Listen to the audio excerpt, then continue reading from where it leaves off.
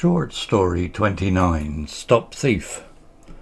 It was a dark and stormy night. John was walking home from work, his head down against the wind and rain. He was lost in thought, thinking about his day, when he felt a sharp tug on his arm.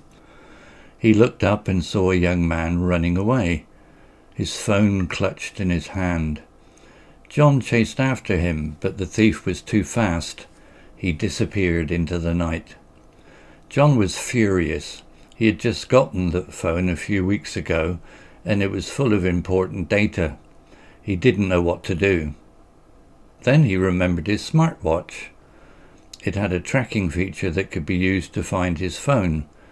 He opened the app on his watch and saw that the phone was still in the area. But John couldn't shake the feeling that the thief was still out there. He knew that the thief would eventually try to use the phone again, and he was determined to catch him. John kept an eye on the tracking signal on his watch. He saw that the thief was still moving around. He was apparently going from one place to another, trying to get rid of the phone. John followed the signal for a while, but he eventually lost it. He didn't know where the thief had gone.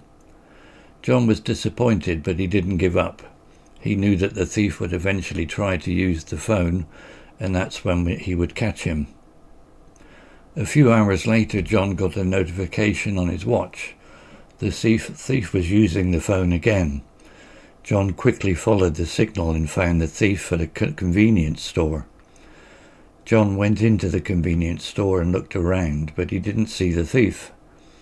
He asked the clerk if he had seen a young man with a phone. "Yeah, he was just here," the clerk said. "He bought a soda and then left." John thanked the clerk and hurried out of the store. He followed the tracking signal to a nearby park. John arrived at the park and looked around, but he didn't see the thief. He walked around the park, but he couldn't find him. John was starting to lose hope. He thought he had lost the thief for good.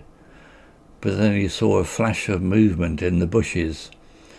He ran over to the bushes and saw the thief hiding there. "Hey," John said, "I know you're in there." The thief slowly emerged from the bushes. He was holding John's phone in his hand. "Give me that," John said. The thief hesitated.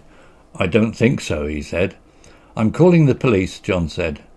The thief's eyes widened. Okay, he said. "I'll give it back." He handed John the phone. "Thank you," John said. "Now I want you to stay right here until the police arrive." The thief nodded. John turned and walked away, his phone safe and sound. A few minutes later, the police arrived. They arrested the thief and took him away. John was relieved that the thief had been caught. He knew that he had done the right thing by staying persistent and following the tracking signal.